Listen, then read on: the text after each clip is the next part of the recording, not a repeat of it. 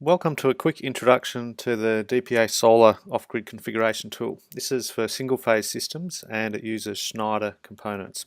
Note that battery sizing is not part of this worksheet. It focuses on the solar charge controller, the inverter charger and all the accessories. So up the top here under System Requirements we explain a little bit of information about what the application is. So the maximum continuous AC load, so this is the maximum kVA that you're going to draw from the system continuously, which is more than 30 minutes. This allows us to size the inverter. So at the moment I've got it set to 2.5 kVA. Whether or not grid feed-in is required, so the options are yes and no. So obviously not all systems are grid connect, but if they are, that's a hybrid configuration, and there are options to enable grid feed-in for excess energy or to not have that as a feature, and that determines which inverter charger is available. So we'll select no. Battery voltage 24 or 48, so I'll select 24. If a generator is included, so I'm going to say yes, and yes to PV.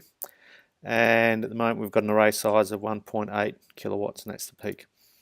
And down here under system monitoring, we're going to say that we require monitoring via cable, so that's around 40 meters away maximum. There is also an option for via internet. So now if I scroll down, the worksheet has provided me some options for my system.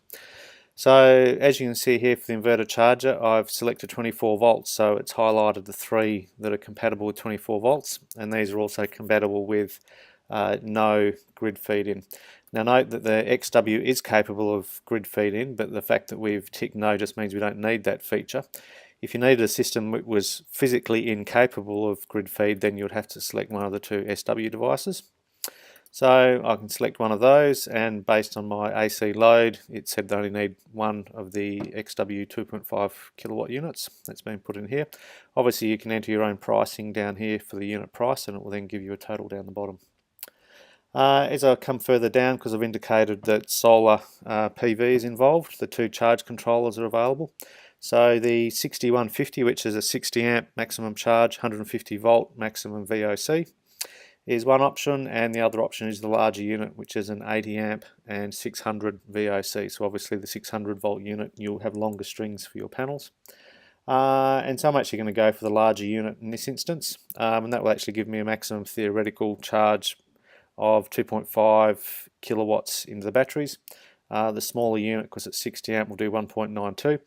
Either of those quite nicely exceed my 1.8 possible PV. That would be the peak production. So in reality either of those would do. I'll select that one. Down the bottom here, some of my accessories. So I had indicated up the top that we had a generator, so an AGS or auto generator start has been included. And we indicated we wanted wired monitoring, so that's the SCP, which is here. If you wanted remote monitoring, the ComBox, which is an internet capable device, would have been enabled. And down the bottom here I have two options. So I can include a breaker box for the SW, so that's a component that goes with the SW series inverter charger. That's on the DC side. It's a very nice setup with the breakers and everything included, so we'll tick that. And battery temperature sensor for the batteries, I'm not going to tick that. So that would give me a configuration based on what I've input into the spreadsheet, and obviously this total down here is fictitious, but if I updated my unit prices here, it would actually give me a cost. Just for interest, if I was to say I had 10 kilowatts of peak load, or peak continuous load on the AC side, I still didn't require grid feed, but I now had a 48 volt battery bank. You can see how it changes it. All of a sudden these devices here have been ruled out because they're not compatible with 48 volts, and I've got an option of two. I can have 3 units of the 4.5 kVA charger, or I can have 2 units of the 6. So if I was to specify 2 of the 6 kilowatt XW, the spreadsheet has given that option here for me.